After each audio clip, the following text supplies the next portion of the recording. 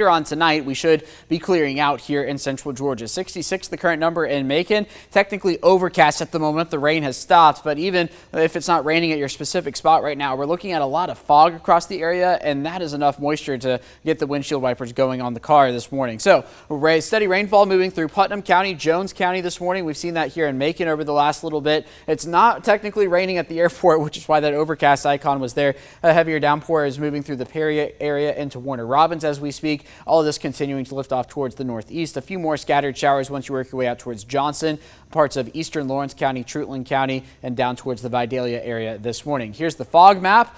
Generally speaking, visibility down below a mile in a lot of spots, with the only exception being out towards the west this morning. Here's your forecast for the day ahead. Looking for a high temperature right around 75, on and off showers through the day today, but clearing out as we get to later on tonight. We'll go hour by hour on Future View coming up here in just a few minutes.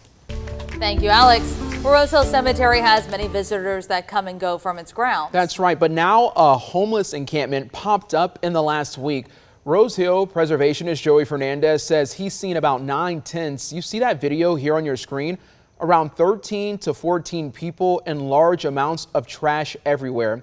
Jake Hall, he's the executive director of the United to End Homelessness group, says they're working on a solution with the county. He says they plan to help the people find new shelter in a humane, respectful way. The best strategy available to us, which is a federal strategy called Housing First, which is to go into the encampments and try to make a direct connection between the person experiencing homelessness and a pathway towards housing. We're spending a lot of time and a lot of money and effort to clean up Rose Hill Cemetery and do away with all of the bad things that happen. So Fernandez says the cemetery will have new security cameras at the main gate by the end of January in 2023. Well, taking a closer look, this area had homeless encampments before. In February of this year, deputies broke up this camp on Spring Street at the old Greyhound bus station. At times, you could see more than a dozen people there. When the property was cleared out then, some people that called the old bus station home told 13 WMAZ they did not plan to go to a homeless shelter, but rather set up their tents in other parts of Spring Street and Riverside Drive, which is near Rose Hill Cemetery. It's 6:32. Right now, the investigation continues in Lawrence County after the discovery of human remains over the weekend. Investigators believe it could be a man who vanished out of Johnson County last year. The family of 60-year-old Don Hightower says they haven't seen him since October of last year. The Lawrence County Sheriff's Office says a deer hunter came across a gold 2003 Toyota Camry Friday somewhere off of Highway 319. The tag came back as Hightower's vehicle. On Saturday, Lawrence County deputies and the GBI found human remains near the car. The remains are going to be sent to the GBI crime lab for identification. Well, Baldwin and Hancock counties reported a pair of small earthquakes over the weekend. The United States Geological Survey says there was a 2.2 quake Saturday night, now followed by a 2.3 magnitude earthquake by 3:33 Sunday morning, about 9 miles north of Milledgeville at about the same spot. The quakes happened around Lake Sinclair and Oconee from time to time. They normally feel like a shake that you would get when there's a big rumble of thunder. Well, looking ahead, tomorrow, BID commissioners will review the county's denial of alcohol licenses for 2 businesses. Jaya Food and Gas on Pionona Avenue, as well as Reliance Food Mart on Napier Avenue, both had their alcohol license denied.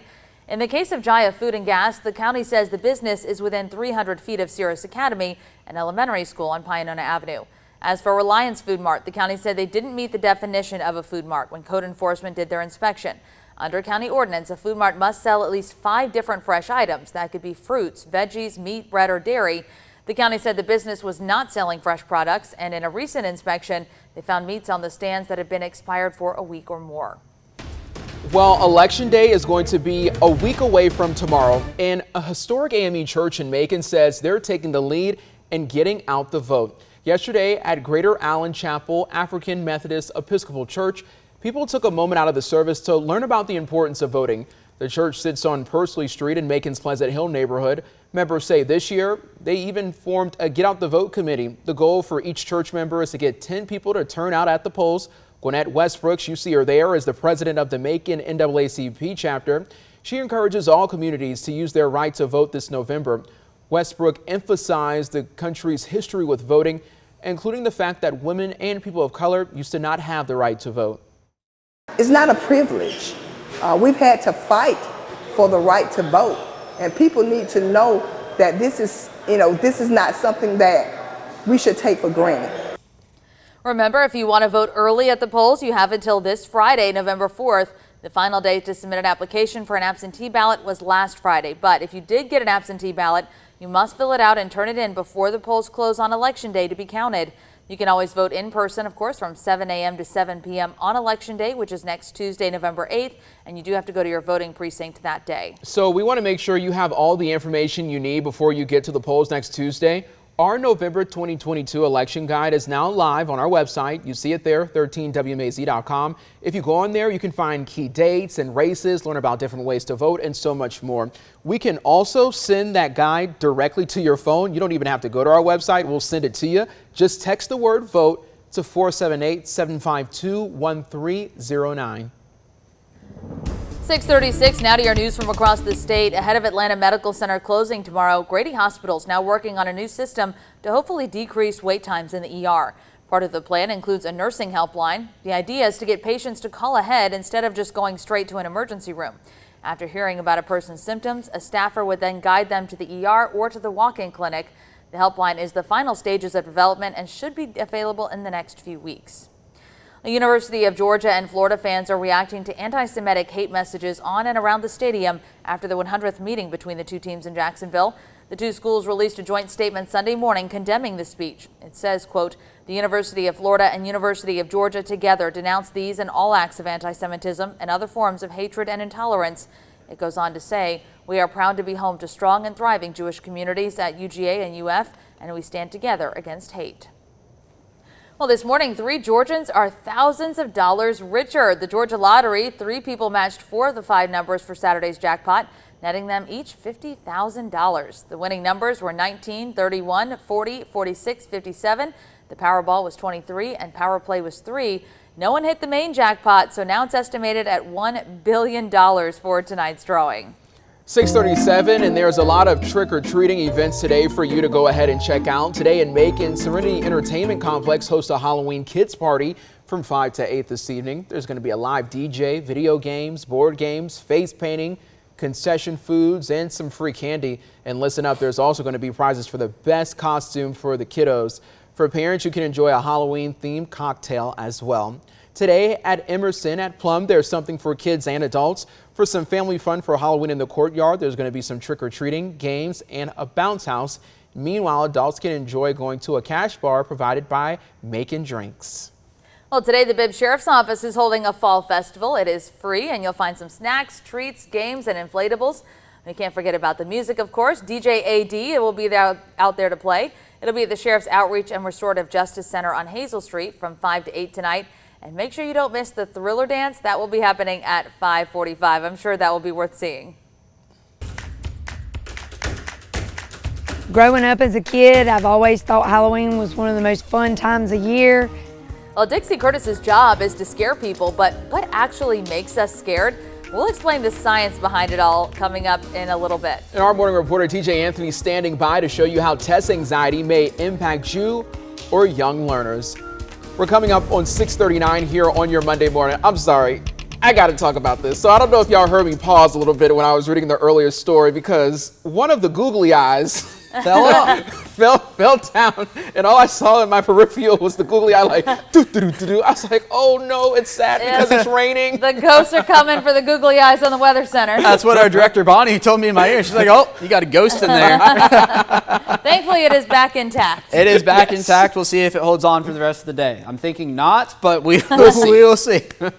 Here's a look over downtown this morning. You might remember it was really foggy just a minute ago. We've since seen rain come on through, and now we're looking at a little clearer conditions as the rain is moving on by. Hearing it on the roof here on Gray Highway right now as we roll into the morning hours. Here's a look at the current temperature. 66 in Macon as well as in Warner Robins, 66 in Perry, and 63 in Milledgeville. We're looking at 68 in Forsyth, 70 in Thomaston, 69 in Rochelle, and 66 to get your morning started in Roberta. So the radar picture, it is not quiet this morning. Looking at rainfall from the Taylor-Macon County area up through Crawford, Macon-Bibb, and on up towards Eatonton. happen. So let's go county by county here. A steadier rainfall moving into Eatonton as you get down towards Jones County as well. There's what I was talking about with us here on Gray Highway. There's that heavier rain that just moved over downtown. And once you work your way down into Houston County, a pretty good downpour moving in towards the Bon Air area. That's going to lift off into Twiggs County with more showers as you work your way back off towards Butler and Ellaville, all continuing to lift towards the northeast. So notice Future View is not showing all the rain we're seeing right now,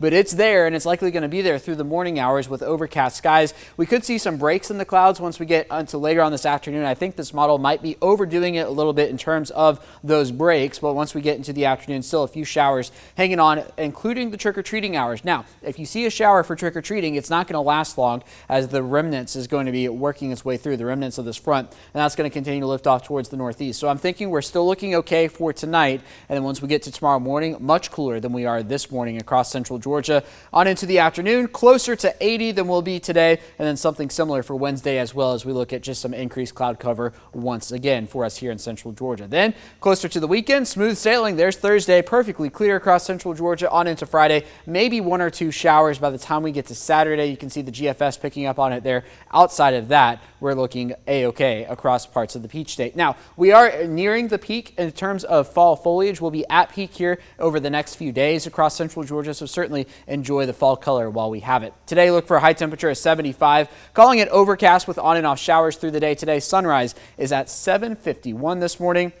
And here's your trick-or-treating forecast for tonight. Notice this aged well, Caitlin. The headstone had Florida's football season there next to the 7 p.m. 71 for 7 once we get to about 9 p.m. tonight, looking at 64 here in central Georgia. That will eventually give way to an overnight low of 52. Partly cloudy skies, calling it much cooler. Sunset at 6:45, so if you're looking for trick-or-treating hours, we're usually right after about 7:15 is when we are dark enough for that. 77 there for tomorrow, 70s for the remainder of the week, back to 80 for Saturday and Sunday.